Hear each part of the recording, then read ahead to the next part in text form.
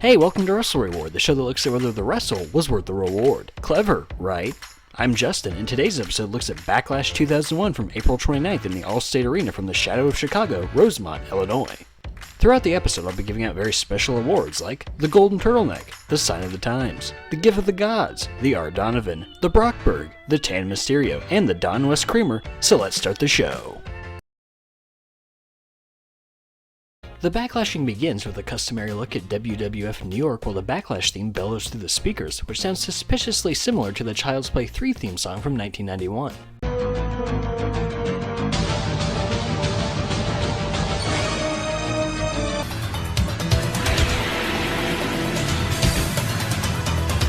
We check in on commentary to find out Backlash will be called tonight by Jim Ross and the voice of ECW himself, Paul Heyman. I'm not good enough to call Backlash! A fancy POV pyro shot from the stage kicks us off proper as the opening match brings Bubba Ray and Devon Dudley into the unfamiliar territory of a six-man tag with their little brother Spike, who joined the Federation a month earlier, going up against the Super Team Supreme. Yo, you dealing with the X Factor. I got everything I ever wanted. This match comes about from Spike failing to avenge Lita braining him with a steel chair at WrestleMania and losing to her on the April 8th episode of Sunday Night Heat, which also gives Lita a transitive property victory over Bam Bam Bigelow. Michael Cole and his Frosted Tips interviewed Spike about the loss the following night on Raw, but X Factor was firmly anti-intergender as they laughed at the concept of Spike losing to a woman. Spike attempted to fight his own battle without his brothers, but quickly learned that the 300-pound man throwing your body into a fence is mightier than the coffee cup. Later that night, we got our pay-per-view match 3 weeks early as the Dudleys beat X Factor clean in under 3 minutes, but that wasn't enough and Devon got the table, only for Albert to hurl Spike to the floor and then put a Dudley boy through a table as is contractually obligated in all Dudley tag feuds. Spike challenged Albert to a singles match 3 days later on SmackDown, also ending in under 3 minutes and also with Spike prone on the ground. X-Pac and Justin Credible then wiped out Bubba and Devon after the match so Albert could check Spike off his Dudley hit list and Baldo bomb him off the apron through a table. Bubba picked up a win over Justin on the following Raw, and on the final SmackDown before Backlash, hell froze over as X Factor actually had a promo segment to hype their pay-per-view match, and I'm not sure which half of that sentence is more shocking. It ended with the Dudleys finally cutting off Albert, at the knees to be exact, allowing Spike to finally get his licks in while Bubba and Devon hit a 3D on X-Pac. The Dudleys stood tall on the go-home show, which could mean only great things for their chances at the pay-per-view. A pure six-man brawl starts the six-man tag off, followed by the Dudleys gaining the upper hand with a double suplex on Albert. Spike gains some further revenge on the big man with a double stomp to the solar plexus and then gets hoisted up by his brothers to be launched into the remaining members of X Factor. Little Spike Dudley quickly gets put back in his place by large Albert but manages to avoid a baseball slide dropkick that wraps Justin Credible's legs around the foul pole. Spike claws over for a tag to Devon, who comes in but gets clubbed in the back of the head by Albert and then gets kicked in the front of the head by X-Pac. Albert raises Bubba's dander to distract the referee in the ring while X-Pac and Justin Credible target the downtown region of Dudleyville. The uptown region feels it too, being slingshotted into the middle row by Albert and once again suffering a spin kick from X-Pac. The X in X Factor proceeds to choke Devon in front of the referee, which doesn't count as a pin, but when you think about it, it kinda should since he's on top of Devon with his shoulders to the mat. Devon continues to suffer with a black hole slam from my fellow Justin and then a double underhook suplex by Prince Tenzai. The unique occasion of Spike saving one of his brothers occurs when he breaks the pin on Devon, possibly being what recharged Devon to connect on a double clothesline to X-Pac and Credible. Devon makes it to his corner before X Factor can and tags in Bubba, who drops Justin Credible tailbone first and then X-Pac back first with the sidewalk slam. Devon then lands head first in Justin's crotch to make that area even more tender as Bubba decides the middle of a standard six-man tag team wrestling contest is the time to call for tables. Devon obliges, but gets laid out with Albert's big boot, leaving Bubba all alone to be crushed in the corner and forced to attend a super kick party that seals the deal for X Factor, who pick up the win over the most decorated tag team of all the times. Not satisfied with just a pin, the X Factor boys decide to embarrass the Dudley boys by putting them through a table, but instead, Albert becomes the third man from this match to have his crotch rammed into the post. Spike takes out the former ECW champion with the Dudley Dog, which leaves X-Pac all alone to be 3D'd through the table to cap a match that the WWF really wanted to be a tables match, but for some reason, wasn't. And speaking of tables, this match gave us our early winner for tonight's Art Donovan Nighttime Achievement Award, with Jim Ross desperately trying to get over his new nickname for the Dudley Boys. How much does this guy weigh? There's 600 pounds there, Art. Huh? 600 pounds plus.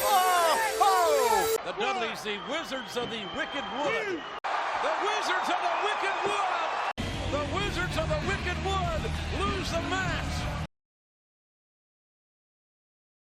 Our next match is an unofficial Greatest ECW Champion Tournament match with Hardcore Champion Rhyno defending the Tattered Gold against two-time ECW Champion Raven. Just 10 days earlier, Rhyno faced future ECW champion Kane for the hardcore title and looked to be on the verge of his first defeat in the Federation. But Rhyno's guardian angels Triple H and Stone Cold Steve Austin actually helped Rhyno win a championship by viciously attacking Kane's arm as a warning to stay out of their way, clearing the path for Rhyno to advance in the unofficial bracket by picking up the win. Raven's journey to the match was a detour from the European Championship match he was originally scheduled for, having pinned then-champion Eddie Guerrero in a 6-man tag on April 16th. Eddie would avenge that loss though, pinning Raven in another 6-man tag the following week on Raw. Matt Hardy received a title shot against Eddie later that week on SmackDown because why not? It's just the European title, and despite his singles inexperience, Matt twisted everyone's fate by winning the gold, which begged the question, what about him? What about Raven? Commissioner William Regal answered that question by using Edge and Christian's idea of moving Hardy rival Christian into a European title rematch with Matt and Eddie while moving hardcore aficionado Raven to the front of the hardcore contenders line against Rhyno. Before the match, we see footage from tonight's episode of Heat with another former ECW World Champion, Jerry Lynn, debuting to beat Crash Holly for the Light Heavyweight Championship, and you know Jerry's WWF career is destined for greatness because he debuted on Sunday Night Heat. Number 1 contender Raven then makes his entrance for his match with an actual fake Raven in his shopping cart of goodies. Again, it's like poetry, so if they rhyme, every stanza kind of rhymes with the last one. Raven stops Rhyno's charge with, appropriately, a stop sign, and the match is off to the races with the running trash can shot to Rhyno, but that's not nearly enough head trauma to keep the man beast down. Rhyno catches Raven with a lowercase gore in the core, followed by Raven playing himself by trying to block Rhyno with the trash can that Rhyno just kicks right into Raven's face.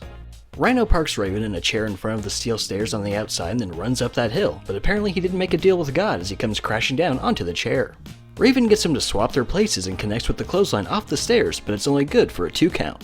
Loose here, Rhyno right back up, and Raven just got his brain scrambled.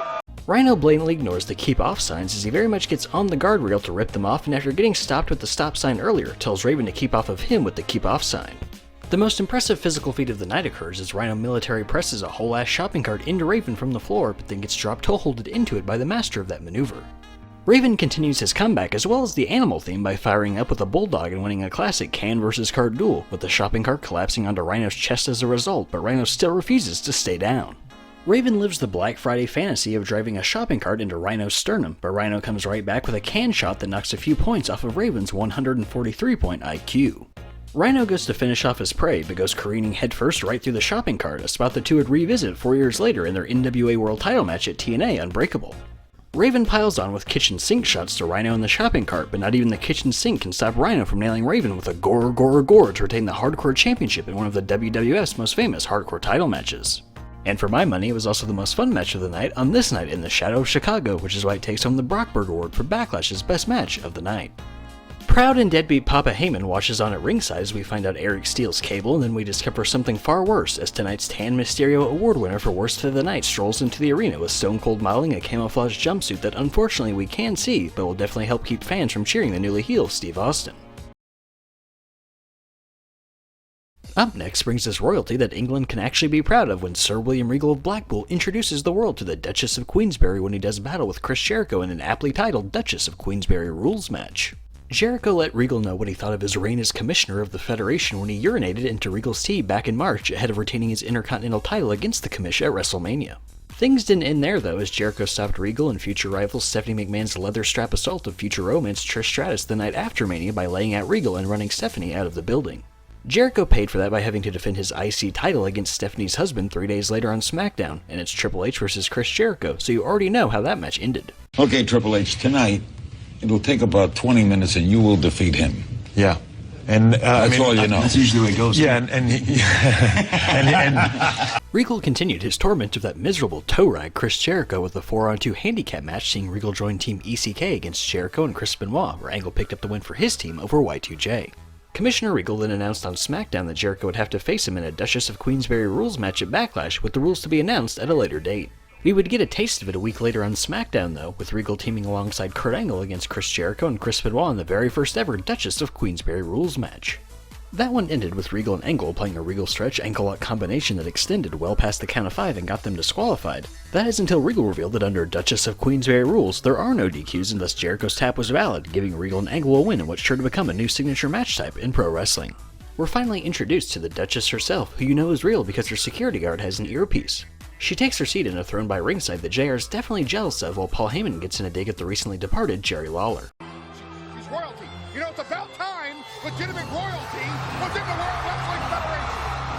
Jericho arrives to milk the unfunny Photoshop used during this feud for all it's worth, and then the match begins with some gentlemanly grappling that Jericho finally breaks with a kip-up and elbow to the jaw. Jericho misses a missile dropkick though when Regal takes back control, suplexing that scallywag Chris Jericho in front of Her Majesty. Regal lands double knees to the face of Y2J and gives a very timely royal wave to the peasants of Rosemont. Regal then ascends to his makeshift throne on the top rope to continue waving, which Jericho cuts off by connecting on a reverse missile dropkick that allows him to Rana Regal to the mat below. Jericho lands a non-British bulldog to Blackpool's favorite son, setting up for a lion salt that Jericho lands perfect to pin Regal, except the bell sounds and everyone's confused until her ladyship explains to Howard Finkel that round 1 has ended, introducing North America to the British round system years before NXT UK would make a championship for it. Regal tries to roll up Jericho off the confusion, but Y2J kicks out so Regal slingshots him into the rope and then drops him on his head with a suplex. William tries to put the match away with a Regal stretch, but the Jericho stretch to the ropes buys him a rope break. Jericho rolls through another suplex attempt to lock in the walls on Regal, who feverishly taps out as the bell sounds and Chris Jericho has won! Except the Duchess explains there's no submissions under Duchess of Queensbury rules. A very sudden rule change from the double submissions being allowed 72 hours earlier on SmackDown. Jericho sends Regal into the announce table in frustration before Regal grabs Her Majesty's scepter and blasts Jericho with it to cause the DQ. But in a rule that does line up with Thursday's SmackDown, it's announced that there are no DQs, restoring integrity to the Duchess of Queensbury rules match. Regal gives Y2J a dose of his own medicine with a back elbow and follows Albert's lead from the opening match with a double underhook suplex. Jericho finally catches William with an enziguri and then places his foot betwixt Regal's Royal Tenenbaums. He follows up by drop-kicking Regal into the Duchess's nether regions, and William is horrified to realize the besmirching that's just taken place. Jericho takes him down with a clothesline and kicks down the Royal security guards to bring in the Duchess and create an international incident with the walls of Jericho, though it does provide a fantastic Jim Ross call that wins the Don West Creamer for best commentary of the night. Regal breaks the walls down with a steel chair to the back from Jericho's front, and then 2 more for good measure to win the match, with drama not exactly matching that of Austin and Rock's WrestleMania finish with steel chairs a month earlier.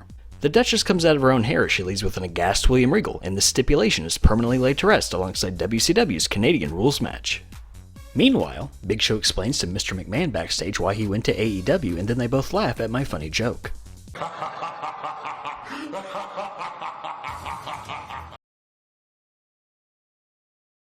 Next up is another first of its kind in the Federation as Kurt Angle and Chris Benoit go from a 2-week WrestleMania build to a 30-minute Ultimate Submission match at Backlash.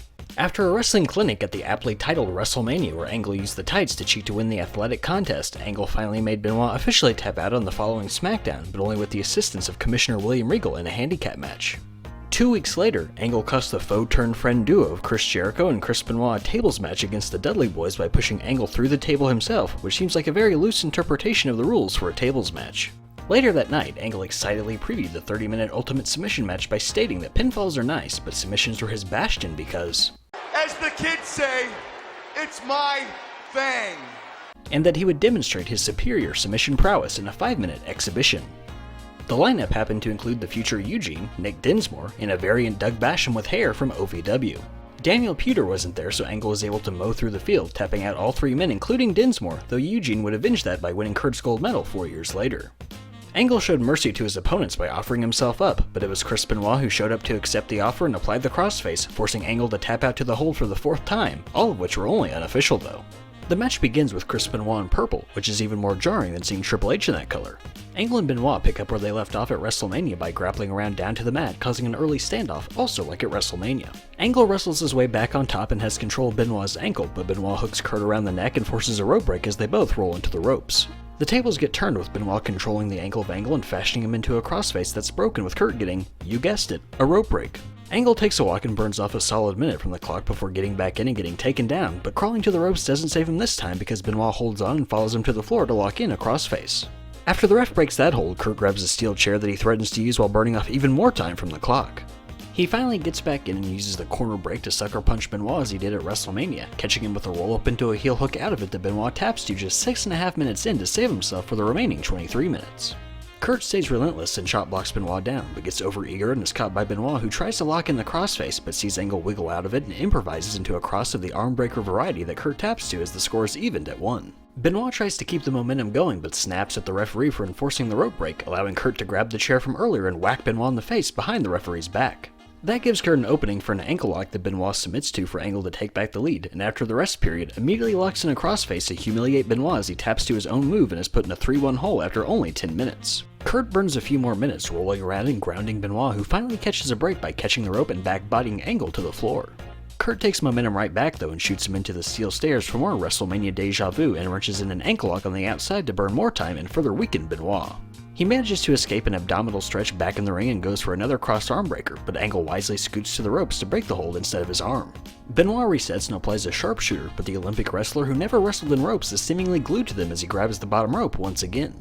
Angle goes for a German that Benoit rolls through at the very last second to apply a half crab that Lance Storm could be proud of, and finally claws back into things by making Kurt submit and earning his second fall. Sensing danger, Angle goes for a walk, but Benoit quickly halts that and finally sends Kurt into the dreaded steel stairs himself. Kurt rolls into the ring and goes into 85 Bears defense mode by repeatedly kicking Benoit off the apron to keep the clock winding. Angle returns to the floor and lands a suplex to fully stall Benoit's charge, at least until Benoit catches a kick and applies his own ankle lock back in the ring, but unlike Benoit, Kurt refuses to tap to his own move. Angle takes a note from Benoit and hooks the rope off an Irish whip so the dropkick falls flat, allowing Angle to regain control and excitingly burn almost a minute and a half with a sleeper hold. Benoit eventually makes it up but gets put back down with an overhead suplex, which he responds to with a good old-fashioned Canadian-German suplex. Angle elbows out from the cycle of 3 that Benoit favors and trips him down into an ankle lock, or so he thinks, until Benoit matches him tit for tat and finally traps Angle in his own hole to the point that he must tap out and even the score as the match hits its 2-minute warning. That quickly turns into a 1-minute warning though, with Angle clutching to the ropes and burning almost a full minute, effectively playing for the sister kiss that is a tie. Benoit finally peels Kurt off the rope and sticks him in the mat with another German, but in trying to continue the flurry he gets low blowed out of the referee's line of vision, another callback to what helped Angle win their WrestleMania clash. Kurt smells blood in the water and goes for the 4th fall, but now it's Benoit who's glued to the ropes to prevent the submission. Angle rolls over from the back suplex right into an ankle lock for his final opportunity to win, but Benoit holds on for the final 10 agonizing seconds and the match is ruled a draw. That is until Mike Chioda gets drunk on power like his name is Adam Pearce and takes the law into his own hands, demanding sudden death overtime, which perhaps wouldn't have been needed if they didn't walk around and chinlock for 5 of those 30 minutes. Angle starts overtime angry, connecting with another overhead suplex and then locking in a head and arm choke while trying to secure a body scissors, but Benoit pushes off the ropes into a crossface as Angle inspires the Golden State Warriors by blowing a 3-1 lead and losing the match. Benoit crawls away with the 4-3 victory, the first time that overtime in an Iron Man match actually benefited the Canadian. The next match pits one WCW legend against another as the Giant Big Show faces WCW owner Shane McMahon in a last man standing match, not to be confused with their Falls Count Anywhere match at Judgment Day 2000 in which Shane broke a cinder block over Big Show's head to defeat him. Fast forward a year where bygones are bygones because Big Show even turns heel on himself and he wanted Shane to watch his match against Kane so they could talk business afterwards, but Shane would only commit to watching from his hotel room because he was only at Raw to confront his father, who had already left. Later that week, World Wrestling Federation owner Vince McMahon scolded the large event for fraternizing with the enemy and did the unthinkable, recall his own history, showing clips of Shane's various insults over the past 12 months towards Show, as well as the aforementioned cinderblock shot. Big Show took a ride in the ambulance. Vince then gave Show an ultimatum. It was either the WWF or WCW, and Show seemed to want to play with the big boys again, but then decided with a chokeslam to Shane that this big boy was going to play with himself in the WWF. The final hard sell for Big Show and Shane's no-holds-barred pay-per-view match came just 3 days, 72 hours before Backlash when Shane McMahon sat down for his own version of Reading Rainbow with his new book, Shane and the Beanstalk, where the main gist was calling the giant man dumb, which seems all too familiar. And guess what? You're just plain stupid. Continuing the brains versus brawn theme, Shane starts the match by scurrying under the ring to pop up from behind and drop the hashtag Shane Kane onto Big Show's head. Shane continues peppering Show with Kane shots and then switches up to the Dewey Decimal System by dropping Big Show with the Beanstalk book. Show finally blocks the shot and uses the cane to rope in Shane for a clothesline before tossing Shane over the top rope from the outside of the ring. Shane recovers by the time Show joins him and blasts the Giant with 2 straight chair shots to the dome, but Big Show refuses to stay down in the same way he refuses to put his vape pen down, and Shane doesn't take the news well.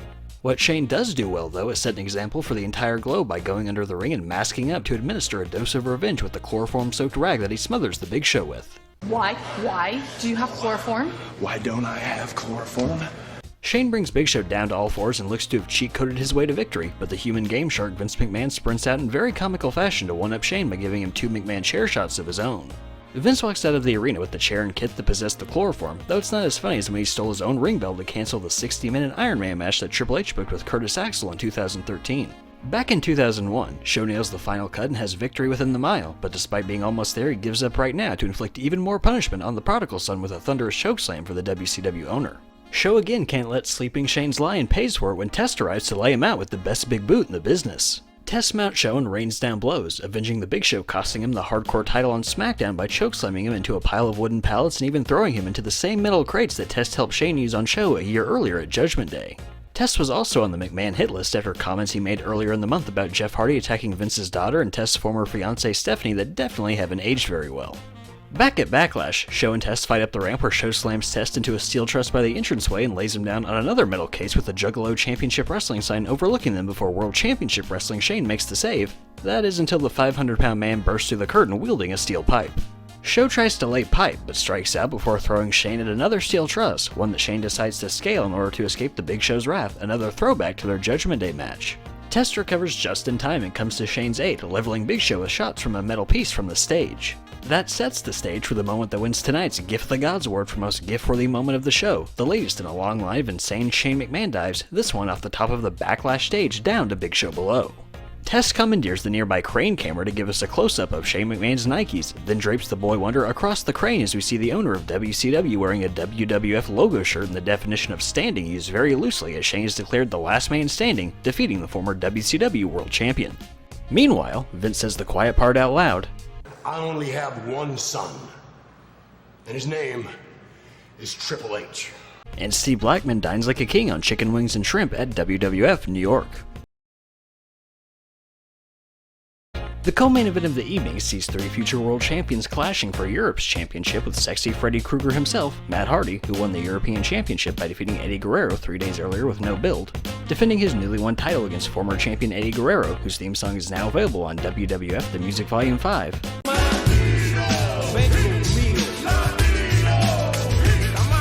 And Christian of WWF EdgeChristian.com, who had no claim or relation to the story other than saying his grandmother was from Luxembourg, which qualified him to challenge for European gold. Yeah, Euro gold rules.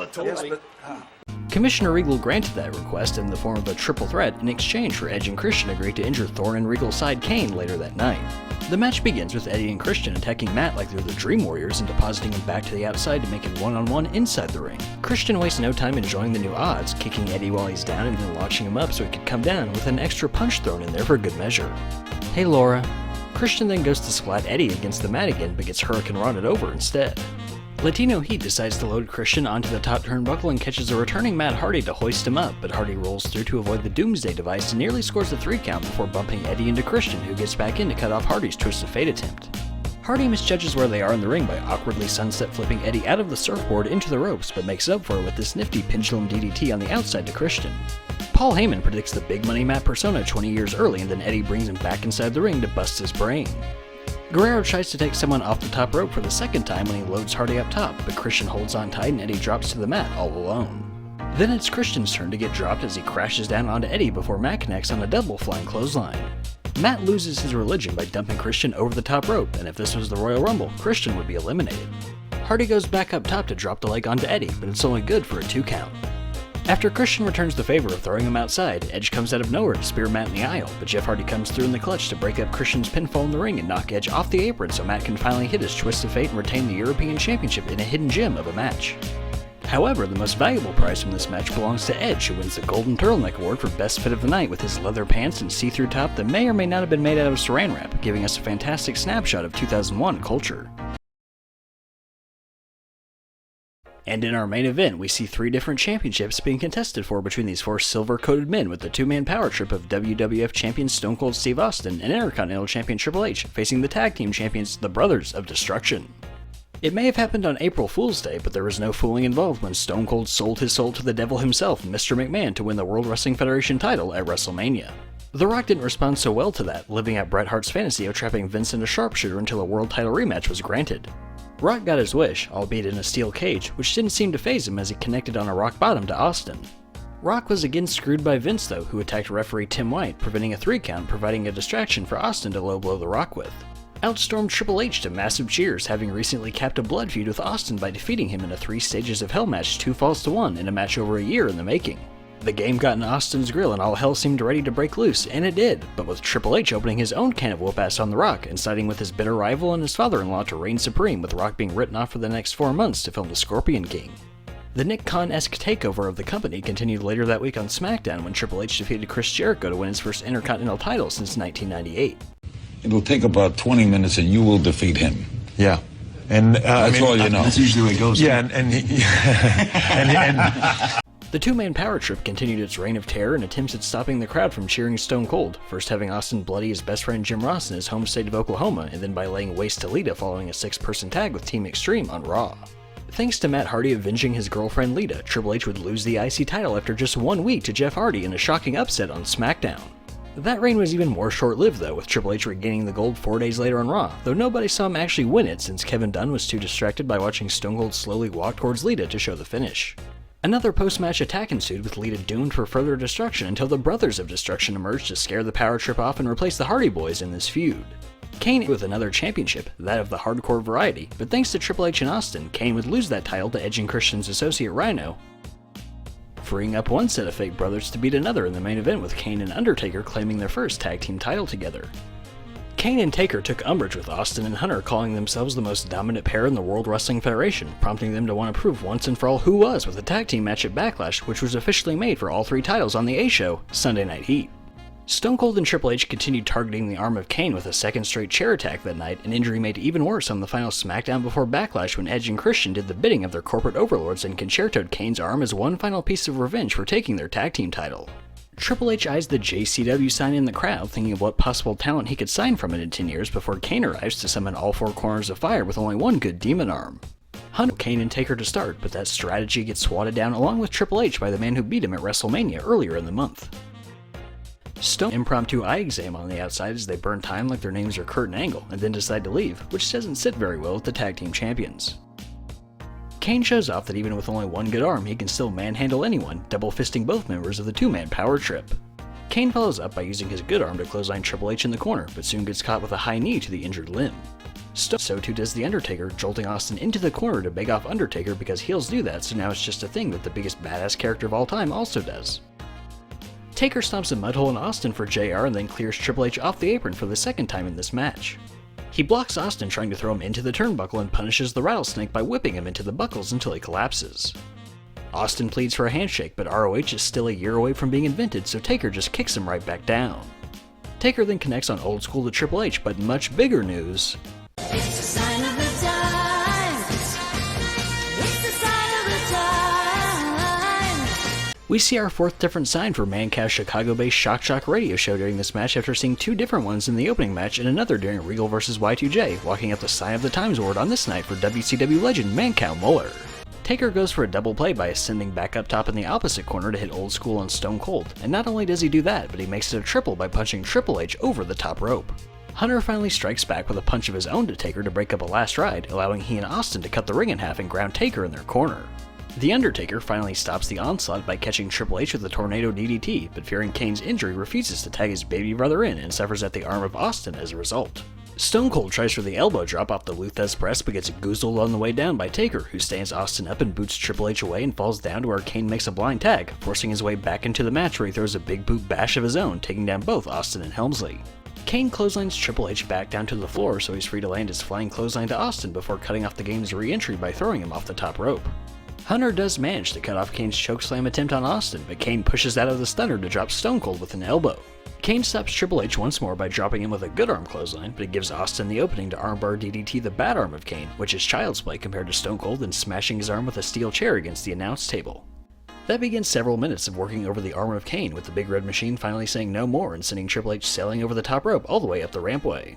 Kane's desperate for a tag, but Triple H brings Taker down and takes another shot to the eye so Austin can stomp the Big Red Arm back in the ring. Kane and Austin combine for an awkward tie-up that eventually figures itself out, with Kane getting back suplexed before Austin tags out to Triple H, who tells Taker to watch what he's about to do, which is get big booted by Kane from his back. Kane looks like he's about to hit a Kane Zagiri, but he just keeps hopping around like Cha-Cha Smooth is playing and gets his leg kicked out of his leg. Hunter lands a pedigree with pinpoint accuracy despite Kane doing that thing he did on every pedigree or DDT with his knee, but Taker finally gets back in to save the match by breaking the pin and then chokeslamming Austin behind the ref's back. Stephanie chastises Earl Hebner for missing the interference to deal with her husband, but Earl has no time for Stephanie wanting to speak to the manager and shoves her down to the floor. Kane finally lands that Kane Zagiri, but sends Triple H into Hebner, who ends up missing the tag, which means Taker hitting the last right on Hunter is all for naught, even though Earl gave him false hope by unnecessarily sliding into count position just to tell him he was illegal. Hebner then eats it again when Austin clubs Taker into him before low-blowing the American Badass and hitting a stunner on Kane. Taker regathers himself and invites Austin into the crowd though, effectively eliminating them from the equation and prompting Triple H to charge at Kane with the IC belt, which earns him another big boot. They look so fun that Stephanie runs in to get one of her own, and then Vince McMahon appears to deliver a sledgehammer that Hunter saves him from a chokeslam with by nailing Kane directly in the injured arm 2 different times, but we only see the first time since Kevin Dunn was too enthralled by an old man running to show us the finish of the winner-take-all match. Hunter take their gold and pick up tag gold, ushering in another new era in the Federation with the 2-man power trip doing its best Sasha Bailey cosplay as we fade to black on Backlash 2001. I hope you enjoyed this episode of WrestleReward. Remember to like, subscribe, comment, tweet, fleet, Instagram, Facebook, email, WhatsApp, Pro Boards, and everything else this video. See you next time. But America is a barbaric place. Barbaric, I tell you.